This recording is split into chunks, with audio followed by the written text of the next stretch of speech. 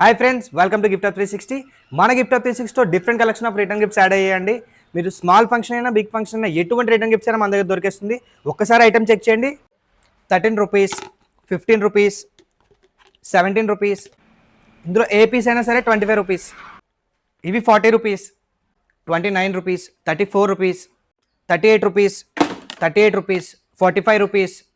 Tea cup సెట్స్లో 45 rupees, 50 rupees, 55 rupees, 100 rupees, 1 or 2 rupees.